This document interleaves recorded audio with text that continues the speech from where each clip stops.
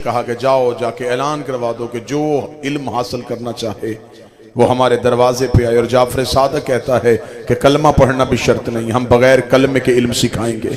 उसने कहा मौला जब कलमा ही नहीं पढ़ाना फिर इल्म सिखाने का क्या फायदा। इमाम ने कहा जैसे जैसे दुनिया इल्म के करीब आएगी ऐसे ऐसे दुनिया अहले बैत के करीब आएगी। जैसे ये इल्म से दूर रहेंगे वैसे ही आले मोहम्मद से दूर रहेंगे। इमाम ने दरवाजा खोल दिया, हर किसी को पढ़ाना शुरू कर दिया। जो नौजवान बैठे हैं, जो सबसे पहली क्लास इमाम की बारगाह से इल्म से फैज याब होकर निकली, उनकी तादाद 4000 थी। फिर अली शाह जी 4000 शागिर्दों को इमाम ने पढ़ाने के बाद उनसे कहा कि अब तुम्हें अपने घरों में नहीं जाना, शम्स साहब शहरी में जंगलों में फैल जाओ, शहरों में चले जाओ। मौला क्या करें? फरमाया अब घरों में नहीं जाना, शहरों में जाओ, लोगों को ढूंढ के जो इल्म मैंने तुम्हें सिखाया ये सुनाओ। अगर तुमने ये इल्म सीनों में रख के अपने आप को घरों में बंद किया तुम हमारा हक रख लो। ये लोग फैल गए शहरों में, देहातों में, बस्तियों में, कस्बों में। ये लोगों की टोलियां बना बना के जब उन्हें इल्म सिखाते लोग पूछते कि तुम इल्म कहां से सीख के आए हो। फिर ये देखते काला सादिक सच्चे ने कहा, नाम नहीं बताते थे।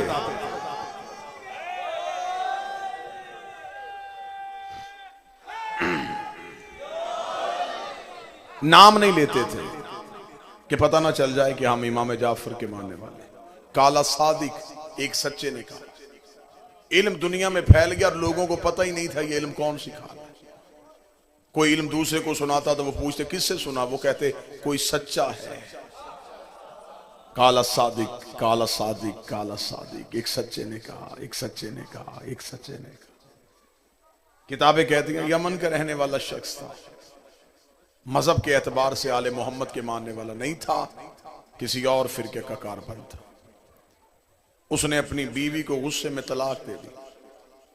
सुबह उठ के उन्हें शहर के मुफ्तियों से पूछा कि मैंने गुस्से में तलाक दे दी है, कोई हल? उन्होंने जब हल बताया तो उसने जो जवाब दिया वो जवाब ही बता देगा कि मौलवियों ने क्या जवाब दिया था। उस यमन के रहने वाले ने कहा इस्लाम गैरत का मजहब है। इस्लाम तो गैरत सिखाता है। इस्लाम ने तो जमाने जहलियत को निकाला है इल्म के लिए। उसने कहा कोई और मसलक, कोई और फिरका? लोगों ने कहा कोई फिरका नहीं, इन्हीं में से अमल करना पड़ेगा। एक ने कहा हाँ एक फिरका है। कौन सा? उसने कहा मदीने में। बानी कौन है? उसने कहा रसूल का बेटा। उसने कहा यह फिरका फैला क्यों नहीं? उसने कहा हुकूमत की तरफ से पाबंदी है, हुकूमत की तरफ से उस इमाम को पाबंद किया हुआ है, उसकी फिका नाफज नहीं की जा रही, उसका इल्म फैलना नहीं जा रहा, उसकी किताबें शाया नहीं हो रही। जो उसको मानने वाला है या उसे दरबार में दफन कर दिया जाता है, या उसे दीवारों में चुन दिया जाता है, या उसे कत्ल कर दिया जाता है।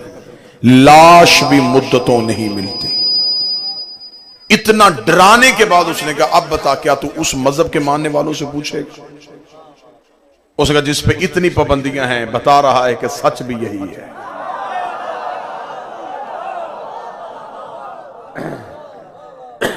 झूठ पे पाबंदी नहीं होती है, हमेशा सच पे पहरे होते हैं। उसने कहा फिर यही मजहब सच्चा है। सफर किया, मदीने पहुंच गया। मदीने जाके पूछा इमाम जाफर की हवेली कहां? उसने कहा मोहल्ला बनी हाशिम में। मोहल्ला बनी हाशिम के करीब पहुंचा तो एक यमन का रहने वाला शख्स जो वहां तजारत करता था वो मिल गया। उसे कहने लगा तू भी यमन का है, मैं भी यमन का हूं, मुझे बता सकता है कि इमाम सादक की हवेली कहां? इतना कहना तो उस शख्स ने उसके मुंह पे हाथ रखा, उसे शहर के बाहर लेके। उसने कहा मेरे सामने नाम ले लिया, तुझे शहर का समझ के मैं तुझे समझाने के लिए आया, दोबारा ये नाम नहीं लेना। उसने कहा क्यों? उसने कहा तुझे नहीं पता हुकूमत की तरफ से इमाम को मिलने पे पाबंदी। इमाम की गली में मुखबरों ने घर किराए पे लिए हुए हैं, फौजियों के पहरे, सिपाही छतों पे फिर रहे हैं। एक भी शख्स इमाम से मुलाकात करके निकले जिंदा नहीं रहता। उसने कहा मैं इसी इमाम से मिलना चाहता हूं।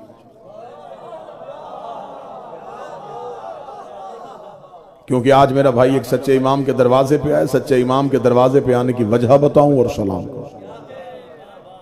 मैं इसी इमाम से मिलूंगा। कैसे मिलेगा? उसने कहा जैसे भी हो मैं मिलूंगा। फिर अली शाह जी चक्कर लगाता रहा, बार बार मदीने जाए, इमाम से मुलाकात के लिए, मुलाकात नहीं, फिर वापस आए, फिर जाए, फिर वापस, फिर जाए, फिर। दो रवायतें, एक रवायत कहती 1 महीना, एक रवायत कहती 3 महीने मदीने में रहा। इमाम से मुलाकात ही नहीं हुई, इमाम से मिल नहीं रहा।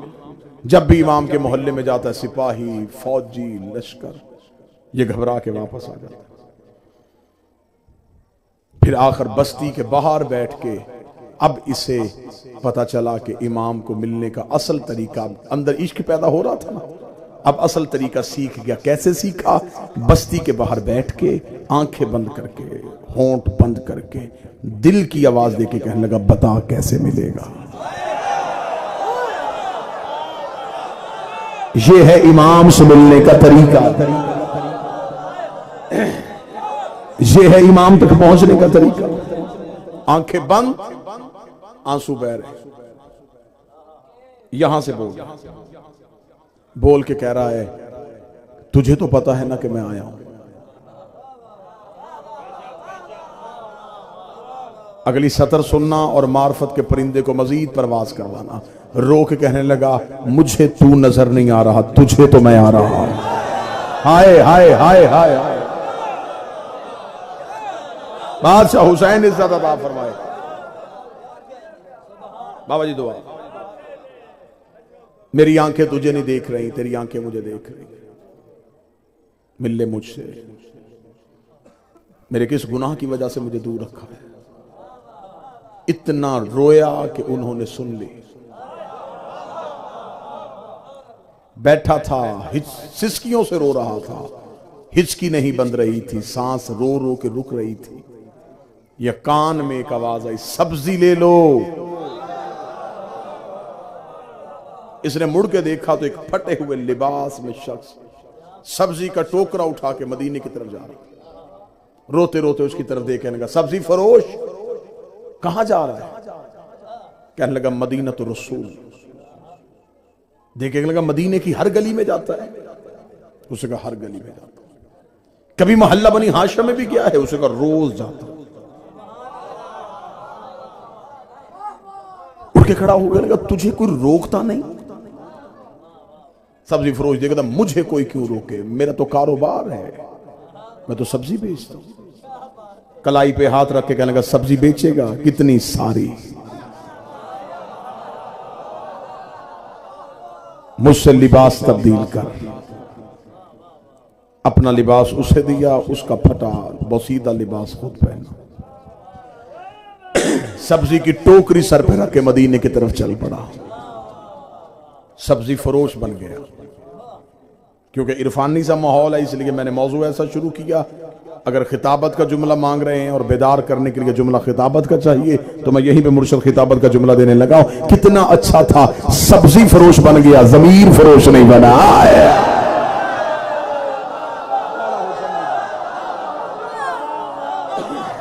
अकीदा फरोश नहीं बना, मजहब फरोश नहीं बना।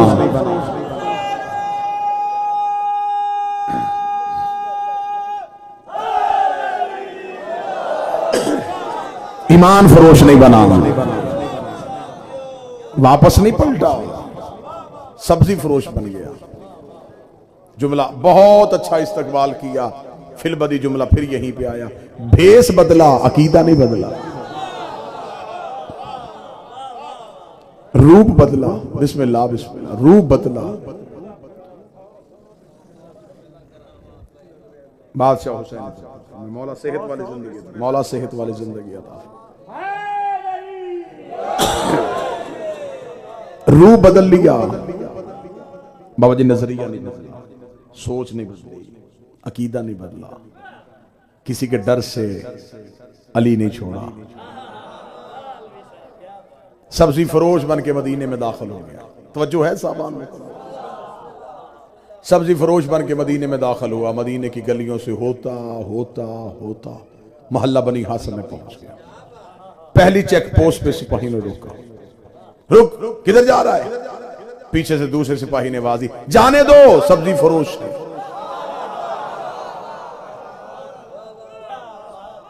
रोजाना आता है। सिपाहियों ने तलवारें हटाई, नेज़े पीछे हटे, गुजर गए।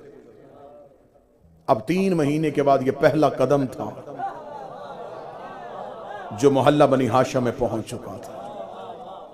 यह भी नहीं पता कि इमाम की हवेली कहां है, इमाम को मिलने का तरीका क्या है, इमाम से मुलाकात कैसे हो सके। चलता चलता इमाम की गली में दाखिल हुआ। अब देख रहा है छतों पे सिपाही, फौजियों की नंगी तलवारें, मुखबरों की आंखें दरवाजे के पीछे से, ये सारे हालात भांप रहा है। चलता चलता चलता बिल्कुल इमाम की हवेली के दरवाजे के सामने आ गया। अब यूं बाबाजी दाएं तरफ हवेली का दरवाजा है और इसे गुजरना है। दिल मुट्ठी में आ गया। अपनी ही सांसों की आवाज अपने ही कानों में आनी शुरू हो गई। पांव हैं कि उठ नहीं रहे, कदम हैं कि बढ़ नहीं रहे। दिल घबरा रहा है कि आज दरवाजे के आगे से गुजर गया तो फिर तो कभी मौका नहीं मिलेगा। ये तो मेरी आखिरी कोशिश थी जो मैंने कर ली है, अब मुझे वापस वतन जाना पड़ेगा। इमाम से मुलाकात तो नहीं हो सकी। जब बिल्कुल दरवाजे के आगे पहुंचा, आंखें फिर बंद कर ली। उसे पता चल गया ये यहाँ का लहजा नहीं समझता, ये यहाँ की आवाज सुनता है। आंखें बंद करके इमाम की हवेली के दरवाजे के सामने पे आया और सामने आके आंखें बंद करके जवाब ना बताना, दीदार ही करा दे। मुझे मेरे मसले का हल न बताना, मुझे सिर्फ जियारत करवा दे। मैं देखना चाहता हूँ हुस्न मोहम्मद कैसा था, जलाल अली कैसा था, करीमी हुसैन कैसी थी, तसव्वुर हसन कैसा था, मुझे सिर्फ दीदार करवा दे। इतना कह के इसका एक कदम इमाम के दरवाजे के आगे से नहीं गुजरा, या इमाम की हवेली का दरवाजा गुजरा और एक नौकर बढ़ता हुआ बाहर आया, सब्जी फरोश अंदर आ। आज मौला ने सब्जी देख के ले ली है।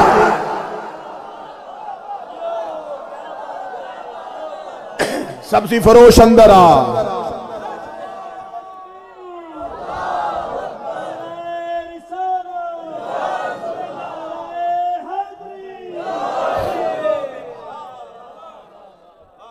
सब्जी फरोश अंदर आ। आज हमारे मौला ने सब्जी देख के ले ली, खुश हो गया। अब इमाम से मुलाकात, जो ही इमाम की हवेली की तरफ चला, सिपाही ने हाथ में, किधर? उसका ये गुलाम कह रहा है कि इसके इमाम ने सब्जी दे दी। तुझे खबर है कि अंदर कौन है? इसका आंखें बंद हुई। उसने कहा शियों का इमाम है, हम हाकम की तरफ से खड़े हैं, हुकूमत ने पाबंदी लगाई है, कोई नहीं मिलेगा। इसने कहा मैं मिलने तो नहीं जा रहा, मैं तो सब्जी बेच रहा हूं। उसे 2 सिपाहियों के साथ जाओ इसके। 2 सिपाही फिर तलवारें निकाल के साथ चल पड़े। दिल फिर उदास हो गया। फिर अपने ही जहन में सोचा चल कुछ ना पूछूंगा, देख तो लूंगा, दीदार तो कर लूंगा, जियारत तो कर लूंगा। आके इमाम के सहन में बैठ गया, टोकरी रख दो, नजरें हैं दरवाजे पे। कितना खुश नसीब था, बादशाह के सहन में बैठा है, नजरें हैं इमाम के दरवाजे पे। धड़कन है कि संभल नहीं रही, जज्बात हैं कि काबू में नहीं आ रहे, सांसें हैं कि यहीं पे रुक जाएं। कितनी जल्दी हो कि जल्दी जल्दी वो आ जाएं, मैं उन्हें देख लूं। हुज्जत पर्दे में हो तो इंतजार ऐसे किया जाता है। कोई बंदा बैठा हो जो इरफान समझता हो, इमाम पर्दे में हो तो इंतजार की कैफियत ये होती है, ये है कैफियत। संभल नहीं रहा, जल्दी आ जाए, जल्दी आ जाए। थोड़ी देर के बाद पर्दा उठा, जल्दी से आंखें उठी, दीदार के लिए तड़पा हुआ 3 महीने से मदीने की गलियों में इमाम की मुलाकात के लिए तरसा हुआ। इमाम का पहला कदम सहन में आया, सर पे रसूल वाला अमामा, कांधे पे अली वाली दस्तार, चेहरे पे हसन वाला हुस्न, माथे पे सज्जाद के सजदे का निशान, अंगुश्तरी सुलेमान को हाथों पे लिए हुए, जुल्फकार हैदरी को हमायल किए हुए। इमाम का पहला कदम सहन में आया। साइल ने इमाम का चेहरा देखा। मिस्र की औरतें और थी जिन्होंने उंगलियां काट ली। इसने हुस्न जाफर देखा, इसका जिगर ही कट गया। ऐसा था कि चेहरे पे ही आंखें रुक गई, चेहरे पे ही आंखें रुक गई, चेहरे पे ही आंखें रुक गई। इसे खबर ही ना हुई कि इमाम चलते चलते इसके करीब पहुंच गए। इमाम ने बैठ के टोकरे से कपड़ा हटाया, इमाम ने सब्जी चुननी शुरू की। जब इमाम आहिस्ता आहिस्ता सब्जी चुन रहे थे, ये करीब से इमाम का चेहरा देख रहा था। खुशबू इमामत इसके वजूद में उतर रही थी। दीदार इमाम ने इसको एक लम्हे के लिए मेराज में पहुंचा दिया था। जब इसने देखा कि ये तो वाकई सब्जी ले रहे हैं, इसने अपना चेहरा इमाम के करीब किया। इससे पहले कि ये कुछ बोलता, इमाम ने सब्जी चुनते चुनते कहा, तेरी तलाक नहीं हुई।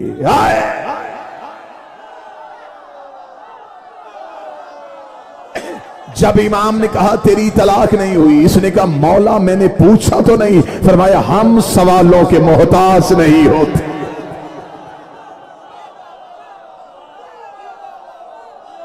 हम सवालात के मोहताज नहीं।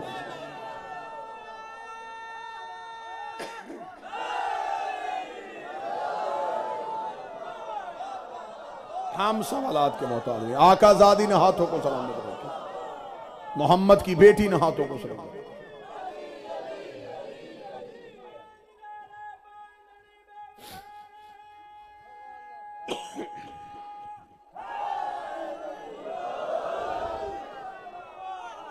बादशाह हुसैन इज्जत, आकाजादी इज्जत। हम सवालात के मोहताज नहीं होते। इतना कहना था, इसने चेहरा इमाम के करीब किया। अब वक्त होता, इमाम इसे कुरान की आयतें सुनाते, नाने की हदीसें सुनाते। अब वक्त भी नहीं है, मजहब भी पहुंचाना है, शिया भी बचाना है। इमाम के सामने कितनी चीजें हैं, वक्त भी नहीं है, शरीयत भी इसे बतानी है, शिया भी बचाना है। इसने कहा मौला मैं वापस यमन जाऊंगा। यमन के लोग बड़े जालिम हैं, वो मुझसे दलील मांगेंगे कि क्या दलील लेके आया। मैं दलील क्या दूंगा। काश वक्त होता, इमाम ऐसे ऐसे दलाइल देते कि आज हम तक भी वो दलाइल पहुंच जाते। अब वक्त भी नहीं था। इमाम ने एक ही दलील ऐसी दे दी है जिसे क़यामत तक के लिए कोई रद्द नहीं ला सकेगा। इमाम ने जाके कहा यमन के लोगों को जाके कह देना तूने तलाक गुस्से में दी थी, और गुस्सा हराम होता है, और हराम हालत में हलाल काम नहीं होता।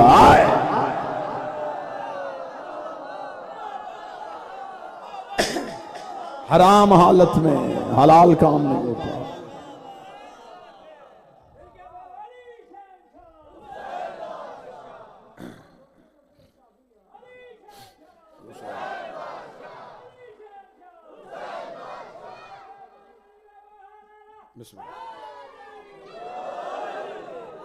हराम हालत में, हराम हालत में हलाल काम नहीं होता।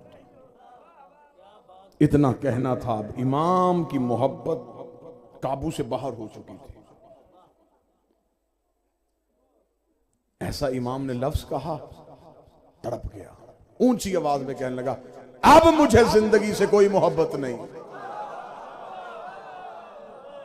दाएं बाएं सिपाही नंगी तलवारें लेके खड़े हैं। देखने लगा मुझे मौत का कोई डर नहीं है, मेरे जिस्म का लहू तेरे कदमों में आ जाए, इससे बढ़ के मेरी सादत क्या होगी। जिस जुमले के लिए मैंने मेहनत की है कि आज मेरा भाई एक सच्चे इमाम के दरवाजे पे आया है, सच्चे इमाम के दरवाजे पे आने की वजह क्या होती है। इसी का मौला मुझे जिंदगी से कोई मोहब्बत नहीं रही। सिपाहियों ने दोनों तरफ से बाजुओं से पकड़ा और कहा हमें तो पहले ही शक था तू अली का कोई शिया है जो बहाने से जाफर सादिक को मिलने के लिए आया था। ये इसके बदन को घसीट के लेके जा रहे थे। इसे जाते जाते का मौला सादिक एक बात का जवाब दे, 3 महीने हो गए मुझे मदीने की गलियों में फिरते हुए, रोज सोचता था वापस वतन चला जाऊं, कौन सी चीज है जो मुझे जाने नहीं दे रही थी। इमाम ने जाते जाते को देख के मुस्कुरा के कहा एक दिन भी तेरी मां ने अमानत में खयानत की होती तू हमारे दरवाजे पे आए नहीं।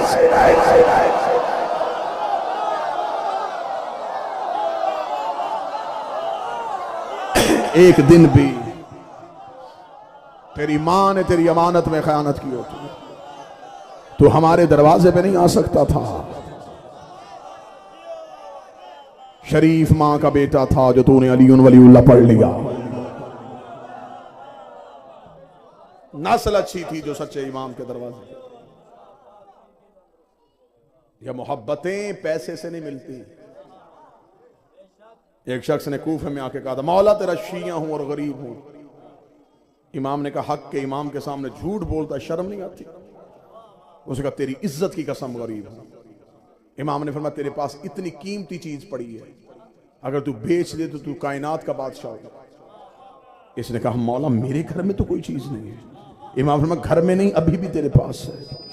इसने अपने बदन में हाथ लगा, मौला मेरे पास तो कोई भी ऐसी चीज नहीं है। इमाम ने कहा, अभी सौदा करते हैं, मेरी मोहब्बत मुझे वापस कर, कायनात की बादशाहत मुझसे लेके चला जा। देखकर कहा, दोनों जहान भी दे, तेरी जूती से फोड़ के फेंक दो। इमाम ने मुस्कुरा के फरमाया, इतनी कीमती चीज अपने पास रख के खुद को गरीब कैसे कहलवा रहा? जब तेरे पास हमारी विलायत है तो फिर तू कायनात का अमीर।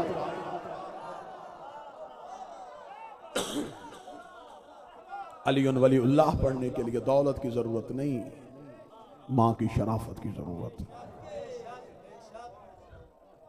मोहब्बत ही भाई की तमील हो गई, चेहरों की ज़ियारत हो गई।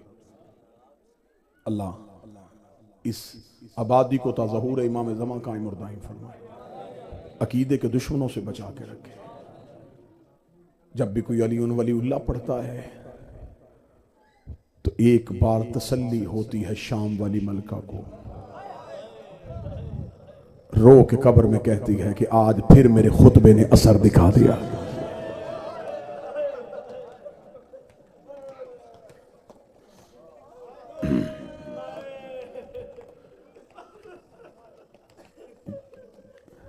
तेरह मासूमों की मेहनत एक तरफ,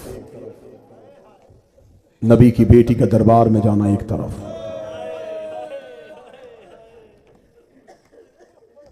पिंडी भटिया के करीब एक जगह है मौजा पक्के, वहां पे मनाजरा था। मनाजरे का मौजू था हक के बतूल।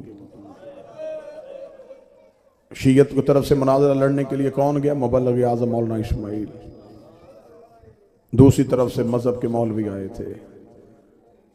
पीर अली शाह जी डेरेदार बंदे बैठे, मालिक आपका वजूद नस्लों पे सलामत रखे। मनाजरे का जज एक अहले सुन्नत जमींदार था, नाम उसका चौधरी आशिक हुसैन था। मजहब के एतबार से सुन्नी था, अक्लमंद बड़ा था, लोग अपने फैसले उससे करवाते थे। शिया सुन्नियों ने दोनों ने तय कर लिया फैसला चौधरी आशिक करेगा। चौधरी आशिक बैठ गया, मौलाना इस्माइल भी किताबें ले आए, दूसरे मौलवी भी किताबें, दलीलें दून शुरू हो गई। जोहर की नमाज की अजान आ गई। मौलवियों ने कहा, जी मनाजरा खत्म, पहले नमाज होगी, नमाज के बाद फिर मनाजरा शुरू होगा। जमात शुरू हुई। चौधरी आशिक नमाज पढ़ने के लिए अपने मौलवी के पीछे चला गया। नमाज होती रही, चौधरी आशिक नमाज में रोता रहा।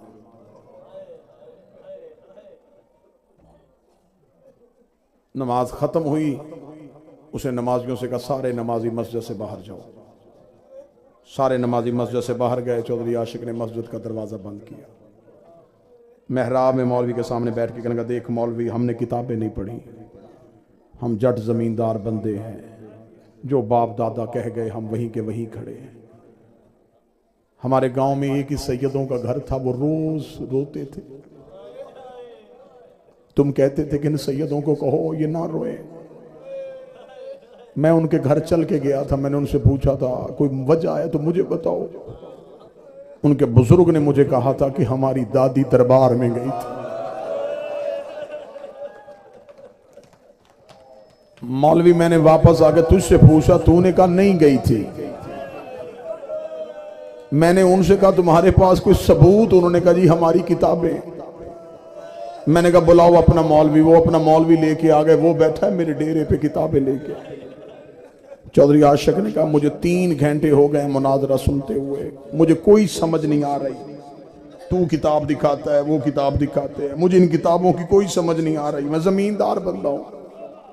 मौलवी मस्जिद में बैठे हैं, तन्हाई है, तेरे मेरे सिवा है कोई नहीं। सच बता, बेटी मोहम्मद की दरबार गई थी? इतना कहना था। मौलवी देखे कहने लगा, चाचा आशिक नबी की बेटी का हक बनता नहीं था। उसने कहा, मौलवी बनता छोड़, सिर्फ इतना बता गई थी। उसने कहा, चौधरी आशिक तू तसल्ली रख, हम मनाजरा जीत जाएंगे। उसने कहा, छोड़ मनाजरे को, मुझे सिर्फ इतना बता, गई थी? उसने कहा हाँ चौधरी आशा गई थी। जिगर पे हाथ रख के उठ के खड़ा हो गया, रोकने लगा, सच बता वापस खाली आई है या कुछ लेके आई है? उसने कहा चौधरी आशा किताबें लिखती हैं कि खाली आई है। चौधरी आशक ने अपनी पगड़ी उतार के जमीन में फेंकी, रोके ना, मेरे मरने के बाद मेरी बेटी किसी कम्मी के दरवाजे पे जाए और जाके कहे मैं चौधरी आशक की बेटी हूं, बताओ खाली भेजोगे या कुछ दे के भेजोगे? कहेगा दे के भेजेंगे, बेटी जो तेरी है। उसका शर्म नहीं आती? मेरी बेटी का हया करते हो, मोहम्मद की बेटी का किसी ने आया? हौसला हौसला हौसला हौसला हौसला हौसला, जवानों के हाथ पकड़ो। चली जो गई थी, चली जो गई थी, नहीं भी बनता था दे देते। इतना कहना था, तड़प गया चौधरी आशक। मस्जिद का दरवाजा खोला, पीर अली शाह जी, मोहित शमसी साहब, शेरी भाई, रोता हुआ डेरे पे गया। मौलवी इस्माइल के कदमों पे पगड़ी रखी, जाके लगा मौलवी इस्माइल किताबें बंद कर, मेरा जिगर फट जाएगा। मान गया है हमारा मौलवी के मोहम्मद की बेटी गई थी।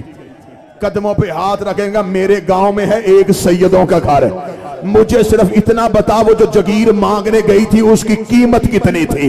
मुझे कीमत बता, मैं सैयदों के घर जमीनें बेचूंगा, मैं बेटियों के जेवर बेचूंगा, मैं उन सैयदों के घर पैसे दे के आऊं। मौलवी इस्माइल ने गले में बाहें डाल के कहा, हम कीमत को नहीं रोते। जब गई थी सर के बाल काले थे, जब वापस आए। हौसला हौसला हौसला हौसला हौसला हौसला हौसला हौसला जवान, तुम्हें रसूल की बेटी का वास्ता। हौसला।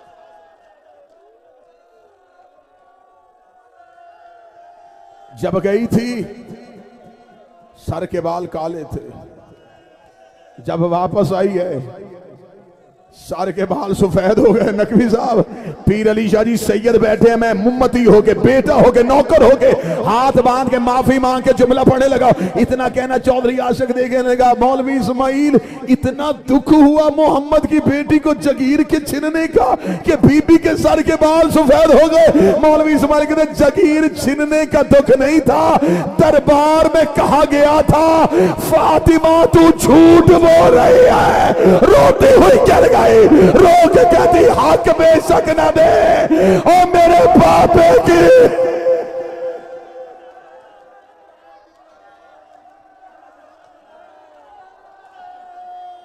जितनी देर दरबार में खड़ी रही, 300 बंदा कुर्सियों पे हंसता रहा। अकेली मोहम्मद की बेटी कभी हसन का हाथ पकड़ती, कभी हुसैन का हाथ पकड़ती, रो रो के कहती है बाबा गवाह रहना, तेरी बेटी दरबार।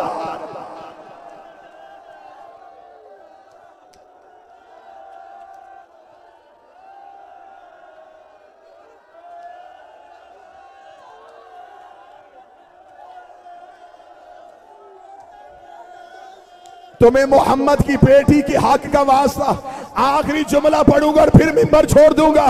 36 बदमाश हाथों में लकड़ियां लेके मोहम्मद की बेटी के दरवाजे पे आए। बीबी ने दरवाजे पे हाथ रखा, एक कुत्ते ने दरवाजे को टांग मारी, जलता हुआ दरवाजा मोहम्मद की बेटी के पहलू पे आया। एक बेगैरत ने ताजियाना निकाला, ज़हरा के बाजू पे ताजियाना।